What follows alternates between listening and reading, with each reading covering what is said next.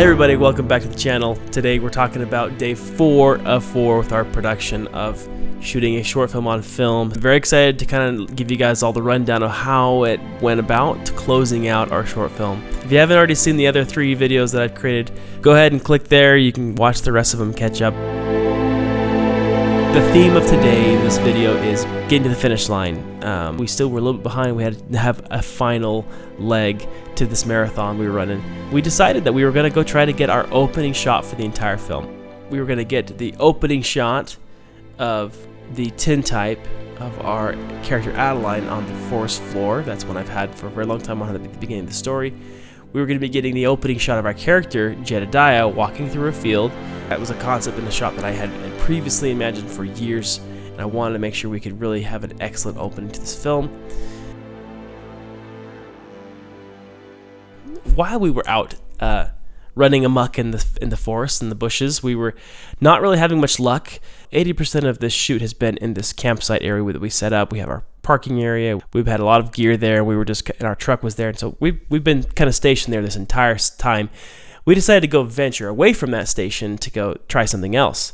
And in the back of my mind, I kind of thought, this is like really rugged wilderness. We didn't find a spot.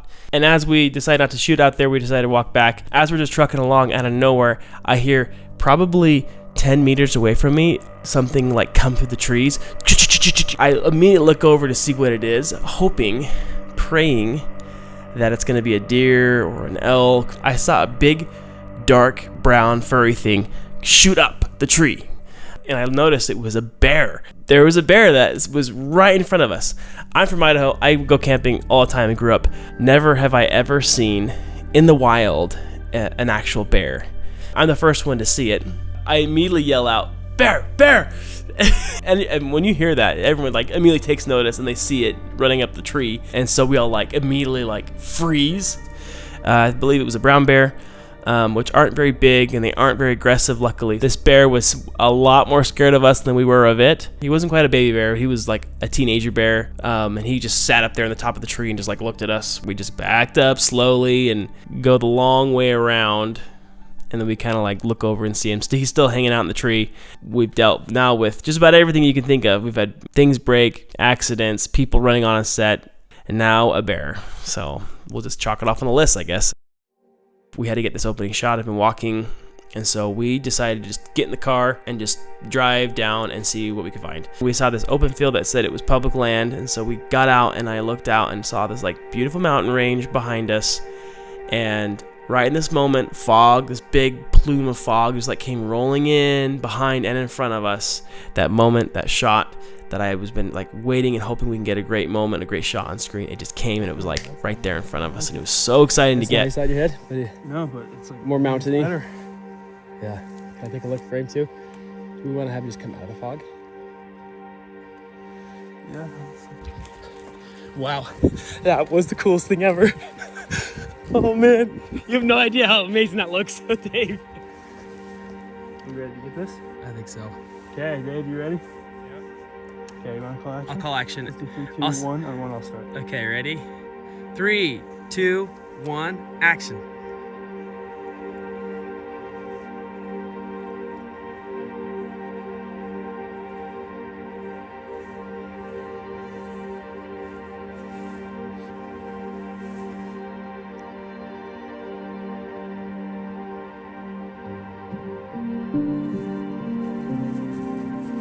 And cut. Oh, that's it. That was amazing.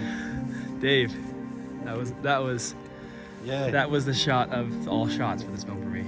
It's simple filmmaking, just me, Alex with the camera and a lens, and then our actor in costume, right? Just it doesn't get more bare bones than that. Amazing. Yeah, it's an interesting sort of ride, that's for sure. But I think what's been lovely about this is just being able to really plan out a lot, have a lot of good discussions with y'all, and then to be able to just play around and that we get rehearsal. I think that's been such an integral part of this, is just being able to practice, because on digital people like to practice while they're filming. Yeah. And this is like, you have to just get it down pat and make sure that everything is where you want it to be. And if it's slightly different than what you practiced, you just do it. Unless something goes crazy wrong, you know? Yeah. Like that one where like my hat fell off my pack. I was like, well, we'll see. Yeah, it's like do or die a little bit, you know? Yeah. And it's kind of like theater in that where you just go and you have to kind of like go with it, you know? Yes. Maybe the beats don't match. You can't just, oh, that's reset, you know? You just like make it natural because you're living in the moment in that scene, you know? Well, the energetic momentum that comes from that, of just going, I have to do this, that's what I find fascinating about this process, is being able to experience the sort of true liveliness that I think theater has to offer, but in a filmic scenario, you know what I mean? Where you're able to feel that euphoric rush of, we've got to get this going. We don't have, you know, in infinite time space, we have 300 feet left and we have to get this done somehow, no matter what. So it feels like live magic is being created and it's just cemented, and that's it. That's the performance. Every frame is literally chemically embedded into that moment in time. Yes, sir. Yeah, and there will never be another one like it. Just hats off again to Dave Martinez, our lead. We were so lucky to have him be part of this film, and boy, was I just so happy with his performance, so happy with how quickly he was able to get it. He was so able to just nail these takes and just be in character immediately at the drop of a hat, and that is not easy to do. All actors, what you do is so impressive, and good actors make it look easy, and that's when they're doing the right thing. We still had to continue to shoot on the digital format. We had to shoot with my Red. And it's still very interesting, obviously, to use both formats. We did have to end up using some of the scenes of Jedediah also to be shot on digital. We did some extra takes of shots that we weren't 100% on with lighting we made note of when we were shooting days 1 and 2. So we kind of went back and did some of those. 38-3, take one. Wait. Oh. 38-3, take one. And focus set. Action.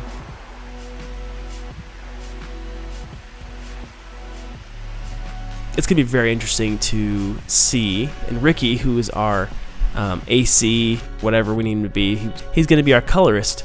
So it was really cool to have him on the set, consult with Alex and with Joseph, and the three of them would come up with ideas. He was part of the discussion of pushing one of our roles in film. So now the fact we're shooting on digital too with Jed's scenes, he was fairly confident that it will match and no one will notice.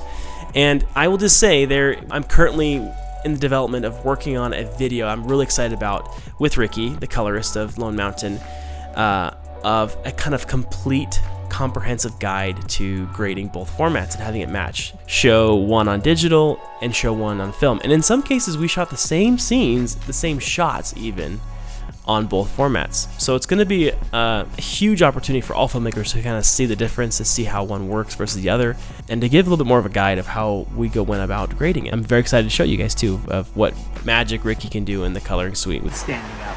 Sounds good. And then like one step forward, one backward. So you can turn the camera off. Okay. Camera? Seeing it immediately and then Oh, so yeah, 38-3 PU. I love how that 38-3 one PU takes looked one. up. With that classic. And then you can stand up Thank you. and then just one step forward. Copy.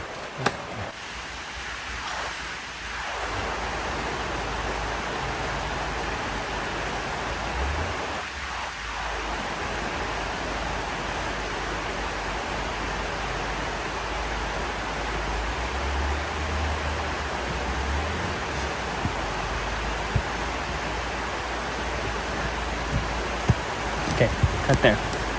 I'll just echo once again that there's not nearly as much adrenaline when you're shooting digitally versus shooting on film. I mean, I'm biased with the film thing. It kind of gave us a little bit of a security blanket too when we shot on digital. You'd look up and see the LUT, and you'd see like your histogram and everything. You're like, oh, everything's exposed correctly and it looks beautiful. So like, yeah, let's roll it again. That's so fun. It kind of made you just want to roll it again. And there's a lot of fun to that too when it comes to shooting digitally.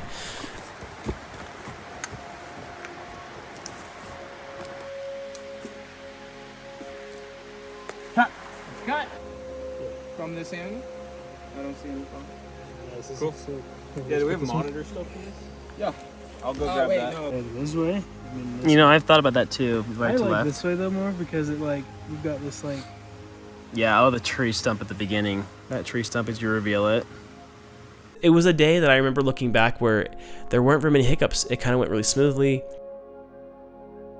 We were hoping to have all of our essential shots to be done by day 3, and having day 4 be an extra day to where we could go around to the national park nearby at Glacier and just kind of take our time to take some fun big vistas. And we ended up eating that day to have to do kind of like our pickups and the things we had to redo and push over to the day 4, which luckily we had the day 4 to finish the film, but we didn't really leave a lot of opportunity for us to kind of really just plan on the wides. That's a cut. The last bit of the day before the sun was going down, we did have a spot we scouted out. It's on the Flathead Reservation out there, but this like gorgeous scenic area with nothing around. We ended up putting in our schedule to go there at least. The last bit of our final roll we had saved, and we were just gonna go there and get these last moments. Boy, were those some of my favorite shots. Let's walk up this way. We ended up having like a minute or so left of film, and so we kind of just like walked around that area because we had to get a lot of walking shots anyway, so we thought let's just get these here.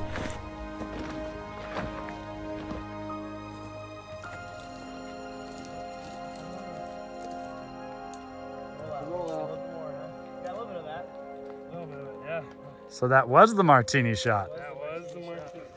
So that means, ladies and gentlemen, that is a wrap on Lone Mountain. Then we finally called wrap, which was mostly relieving. A little bit of bittersweet, obviously, because you're like, man, what an experience. Yes, what an amazing done with journey this. it's been. And this is for this guy right here. Good job, Alex. You're running camera. Don over there. This is the man. Don was the man. Dave is the man. Keeping it real. So good job, man. I'm happy to be done. Congratulations, But yo. This is big. A little sad too at the same time. Of course. A little bittersweet. So Yeah, it's beautiful. it's very sweet at times. Yeah. Nice to cry though, man. There's a lot of work here. Look Look at that. Yeah. Lovely. Derek, you did it. You got us on schedule. did. On time. We finished. Well, we still have wild lines, but you know. Yeah, we finished photography, which is Yeah. great. Photography's done. Cool. We did it. Those watching this series and who have watched all 4 episodes, maybe you didn't doubt that we ever were going to get it all finished, but we did it. We did it. We made a film. You know, it was what it felt like, but obviously we're only halfway there. The last thing we had to do before we officially wrapped out and headed home was we had to do some ADR, some pickups. There's a lot of voiceover in this film. Our sound mixer in this, he made a little makeshift studio, and so we did that. Alex had another shoot to get to, actually. He had a shoot in Seattle. He had a fly out of Salt Lake City the next morning. I had a flight that same day out of Salt Lake City to take back the film camera and rentals we had. So we're talking 8 hours on the road. So the celebration of finishing the film and wrapping and getting everything cleaned up and going was very quickly kind of hushed for Alex and I, because we immediately had to jump back in the car, get the film unloaded, get it all set and ready to go, and pack up the camera and book it back that same night. I don't think I've ever been more tired in the car ever in my life of driving through the night after a 4-day long shoot. Luckily, Alex stayed up with me the whole way there. And in some ways, the 5-hour drive kind of went by very quickly because we just talked about everything that happened. We get back to Idaho Falls finally, and I'm just like, Alex's wife Skylar then drove us to Salt Lake from there. Said so long to Alex, flew to LA, dropped off the film camera. And that marks the end of this trip. Heading back to Salt Lake City and then to Idaho Falls, where we will call it a final. And basically flew right back to Salt Lake City that same day, and then from Salt Lake, I drove back on the way home. It's kind of surreal. Production's done, and so it's just all surreal to now have the realization that even though I'm still pretty far from the end where I can see it on the big screen, we don't even have it developed yet. And a lot of the shots that I had in my head, I kept seeing when I was taking a nap on that plane ride. thinking about what that's going to be like when I get to see those images developed. Be able to see those images come back to life, resurrect them, so to speak, from the great beyond of film. Yeah, well, will be the next phase, the next step of our production on Lone Mountain. So I guess I'll come back when it's time to do the next part. There's a big question mark looming in the air of like, did we get it? Which is the scariest part of shooting on film. I felt as a director, being right next to camera on every single shot, watching every single shot, watching every performance, calling every cut as I saw it in my head, we did have it. And I was very excited about taking it to the editing stage. But there's always that moment of like, well, we may watch it back and what if it's out of focus, or what if it's too overexposed or underexposed, or what if the take just doesn't work like we thought it would, or whatever. That's just every filmmaker's worst nightmare is, right, when you go into post-production. Just think about this again. We're doing a period film on location in a remote area like Montana. We're shooting on film with people who had never shot on film before, never had experience, besides Alex and I doing that one test shoot in LA.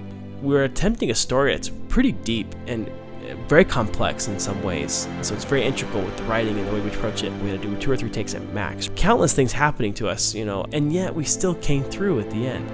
There's that story, Alex and I, when we did our first attempt of shooting on 16mm film, it coned and it completely became this huge mess, and we had to basically go into, before the sun came up in the morning, in this tiny sweaty hot bathroom, sweating like crazy. We had to find in the complete darkness with our hands fishing around to find the one end on one side, he had the other end, and we like slowly unraveled 100 feet of film. If you just set out to do something that seemed impossible, 1 inch of film at a time, you kind of take that path, 1 shot at a time, 1 take at a time, you can do really amazing things. And so that's just kind of like my final thoughts for this video and this series is for those who, filmmakers, storytellers, artists, entrepreneurs. If a guy like me from Idaho can do this and make this happen, then who's to say that you can't achieve your greatest dreams or what you're trying to go after? Sometimes the hardest things that seem impossible are worth going after. That's the end of shooting a film on film and the final day of production. Now what's next for the channel? So I hope to kind of give you every step along the way from we've started with pre-production, with getting the grant. These last 4 videos have been the slog it was to get it in the can and get it to where we get it on film. And the final stage of the series obviously is going to be editing a film on film. I'm excited to share that part of the story. And I really appreciate those watching and commenting on these videos. It means a lot. I'll catch you on the next one of editing a short film on film.